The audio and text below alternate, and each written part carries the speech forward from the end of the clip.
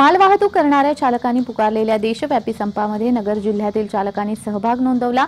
दरम्यान टँकर चालकांच्या संपाच्या पार्श्वभूमीवर नगर शहरामध्ये पंपावर इंधन भरण्यासाठी गर्दी दिसून आली।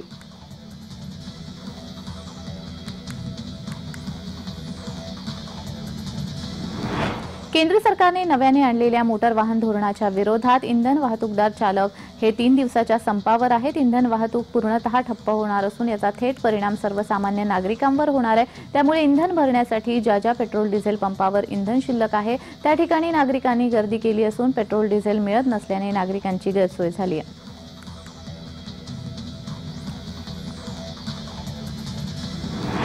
केंद्र सरकारने आणलेल्या नवीन मोटार वाहन कायदा यामुळे तो कायदा रद्द करा अशी मागणी होतीये। बीपीसीएल, एचपीसीएल आणि इंडियन ऑइल या तिन्ही कंपन्यांचे पेट्रोल डिझेल पुरवठा करणारे टँकर चालक यांनी 3 दिवसाचा संप पुकारलेला आहे। त्यामुळे सायंकाळपासूनच जिल्ह्यातील पेट्रोल पंपावर नागरिकांनी पेट्रोल भरण्यास सोबा गर्दी केली।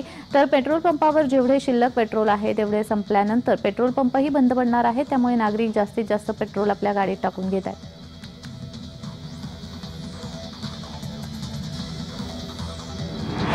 अकोला जिल्ह्यातील पेट्रोल पंपावर वाहनधारकांनी पेट्रोल भरण्यासाठी प्रचंड मोठ्या रांगा लावल्यात। बंदमध्ये पेट्रोल डिझेल वाहतूक करणारे टँकर चालक देखील सहभागी झाल्याने पेट्रोल डिझेलचा तुटवडा होईल या भीतीने वाहन चालकांनी पेट्रोल पंपावर तुफान गर्दी केल्याचं चित्र अकोला जिल्ह्यामध्ये सर्वत्र दिसून येत आहे।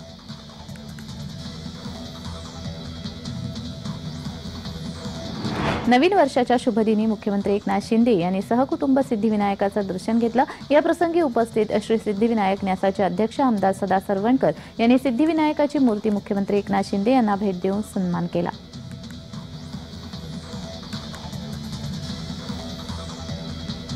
अभिनेता प्रसाद ओक हा त्याच्या अभिनयानं नेहमीच प्रेक्षकांची मनं जिंकत असतो। प्रसादच्या आगामी चित्रपटाची प्रेक्षक उत्सुकतेने वाट बघत असतात। नुकताच प्रसादने एक खास व्हिडिओ सोशल मीडियावर शेअर केलाय। या व्हिडिओमध्ये ओक कुटुंबांच्या नव्या घराची झलक दिसतेय।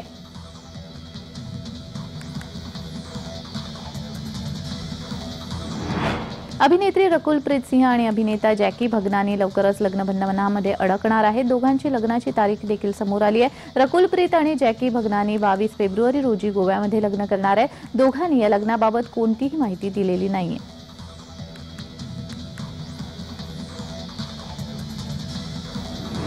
शबरी योजनेअंतर्गत 1 लाख घरकुलांचं उद्दिष्ट पूर्ण करण्यास शासनाकडून दिरंगाई होत असल्याच्या निषेधार्थ शेकडो संतप्त आदिवासींनी नाशिक कळवण प्रशासकीय इमारतीसमोर डीवायएफआय संघटनेच्या नेतृत्वाखाली बेमुदत उपोषण सुरू केलंय।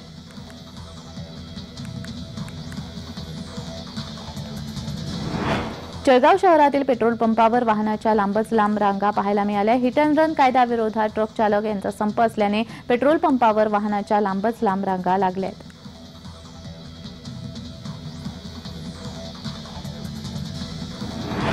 नागरिकांनी भिवंडी शहरातील पेट्रोल पंपावर पेट्रोल घेण्यासाठी एकच गर्दी केली होती। पेट्रोल पंप मालकांनी गर्दी पाहताच पेट्रोल पंप बंद केले। सकाळी 6 वाजता पेट्रोल पंप पुन्हा सुरू होणार असल्याची माहिती देखील त्यांनी दिली होती। तसेच 4 दिवस चालेल एवढे पेट्रोल असल्याची माहिती यावेळी देण्यात आली असून पोलीस प्रशासनाने यावेळी नागरिकांना अफवांवर विश्वास ठेवू नये, पेट्रोल पंप हे सुरळीत सुरू राहणार अशी माहिती देण्यात आली आहे।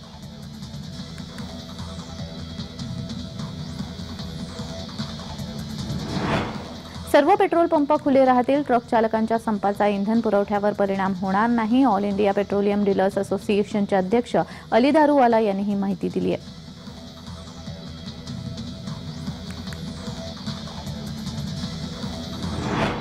अयोध्येमध्ये 22 जानेवारी रोजी राम मूर्तीचा भव्य अभिषेक सोहळा पार पाडणार आहे। अयोध्येमध्ये उभारण्यात येत असलेल्या भव्य राम मंदिरातील रामलल्लाच्या मूर्तीचा प्राणप्रतिष्ठापना ही 22 जानेवारीला होणार आहे। त्यापूर्वी प्रभू रामाच्या 3 पैकी एका मूर्तीची निवड करण्यात आलेली आहे। देशातील प्रसिद्ध शिल्पकार अरुण योगीराज यांनी बनवलेल्या प्रभू श्रीराम, सीता आणि हनुमानाच्या मूर्तीची निवड करण्यात आली आहे। केंद्रीय मंत्री प्रल्हाद जोशी यांनी ट्विटरवर या संदर्भात माहिती दिली आहे।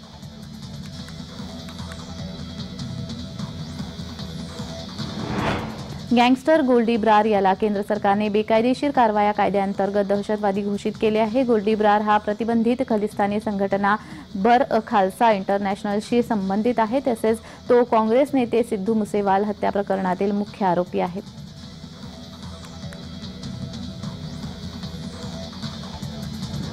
अयोध्येतील प्राणप्रतिष्ठेच्या वेळी प्रभू श्रीरामाला घालण्यात येणारा पोशाख हा अयोध्येतच तयार होतोय।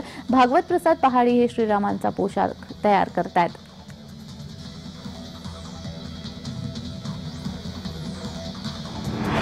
जपानमध्ये 7.5 रिश्टर स्केलचा क्षमतेचा भूकंप झालेला आहे। त्यानंतर जपानला सुनामीचाही इशारा देण्यात आलाय। जपानच्या पश्चिमेकडील भागामध्ये हा भूकंप झाला असून त्यामुळे समुद्रामध्ये 5 मीटर उंचीच्या लाटा उसळू शकतात। त्यामुळे नागरिकांनी दक्षतेचा इशारा देण्यात आलाय।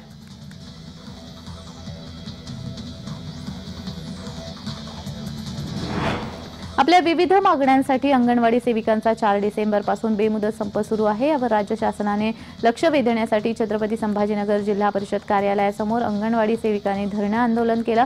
मागण्या मान्य न झाल्यास मंत्रालयाला घेराव घालू असा इशारा या सेविकांकडून देण्यात आलाय।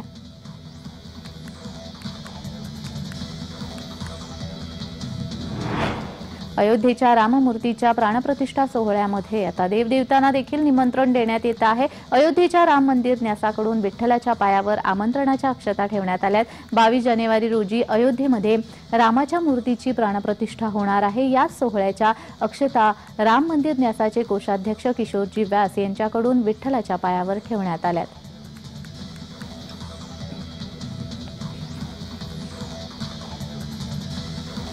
नाशिक शहरामध्ये कोरोनाच्या नव्या व्हेरियंटचे 3 रुग्ण आढळलेले आहेत। एकावर खासगी रुग्णालयामध्ये उपचार सुरू असून 2 जण होम क्वारंटाईन आहेत, तर इतर 200 जणांच्या अँटीजेन चाचण्या निगेटिव्ह आल्यात। नव्या वर्षाच्या पूर्वसंध्येला कोरोनाचे हे रुग्ण आढळले। महानगरपालिका आरोग्य विभाग यामुळे सतर्क झालेला आहे, तर नागरिकांना खबरदारी घेण्याचं आवाहन देण्यात आलंय।